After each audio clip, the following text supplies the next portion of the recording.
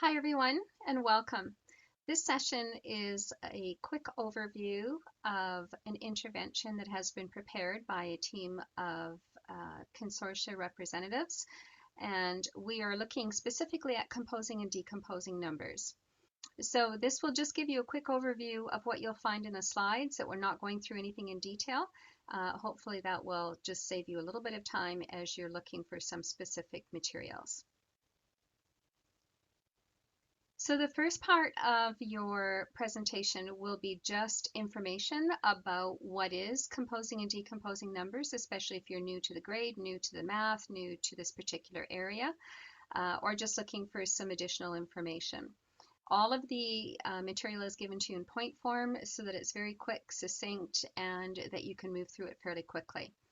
The second piece is why we teach it and where does it fit into our outcomes. And all of these are pieces that are being addressed based on feedback that we got from teachers of what they wanted in this information package for interventions. So you'll see the outcomes that are listed, and then also why do students struggle with this particular area, which may be helpful to you when you are presenting the topic again to other students, just knowing kind of what it is that holds them back. That maybe those are areas that we can enhance as we go through and teach those topics. The next page is some suggestions, and that's all they are suggestions of possible pre-assessments. You may have already given your class an entirely large pre-assessment and are now looking to dig down a little bit deeper into the specifics of where some of your students have some flags in your mind. And so this is all this is places that you can get some additional pre-assessments that are specific to composing and decomposing. And so wherever possible, we've tried to grab things that are free if you don't have anything in the school.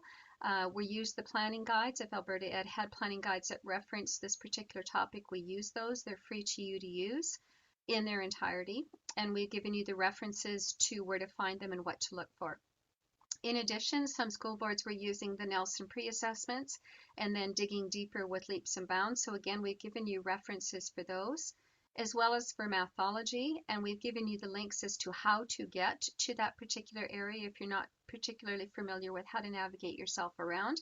Just look at each of the bolded pieces and it tells you what to type in, and it should take you directly to your intervention or activity.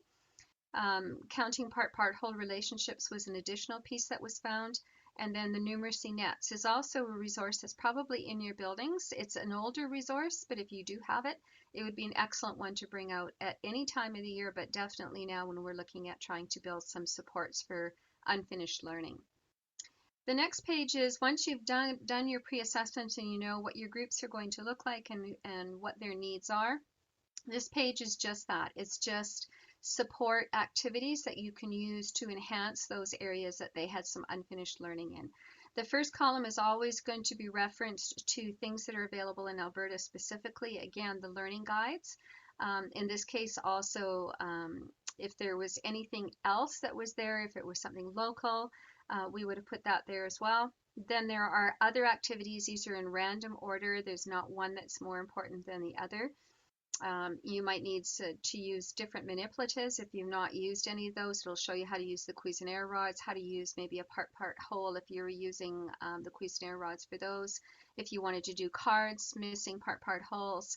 Mathology would be another one where they have an activity. And then the National Centre for Excellence in Teaching of Mathematics.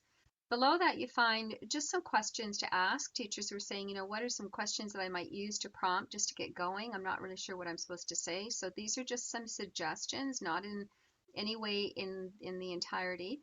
Post assessment doesn't have to be paper and pencil. Could be those oral conversations that you're having, but if you would like paper and pencil, the planning guides offer you both small group and individual one-on-one assessments if you prefer to have that. The following pages come from their screenshots from numeracy nets, and the screenshots are showing you other places that you can get some resource materials from. So if none of the ones that were on that third page helped you, then you might have First Steps in Math. It's free, it's available. You may already have them in your school. You might have Prime, also an older one, but also an excellent resource if you have it sitting in your school. This is a great time to dig it out again. Teaching Center for Mathematics, Math Sense Makes Sense is the common book, or Math Focus for the elementary, or Context on Learning Math.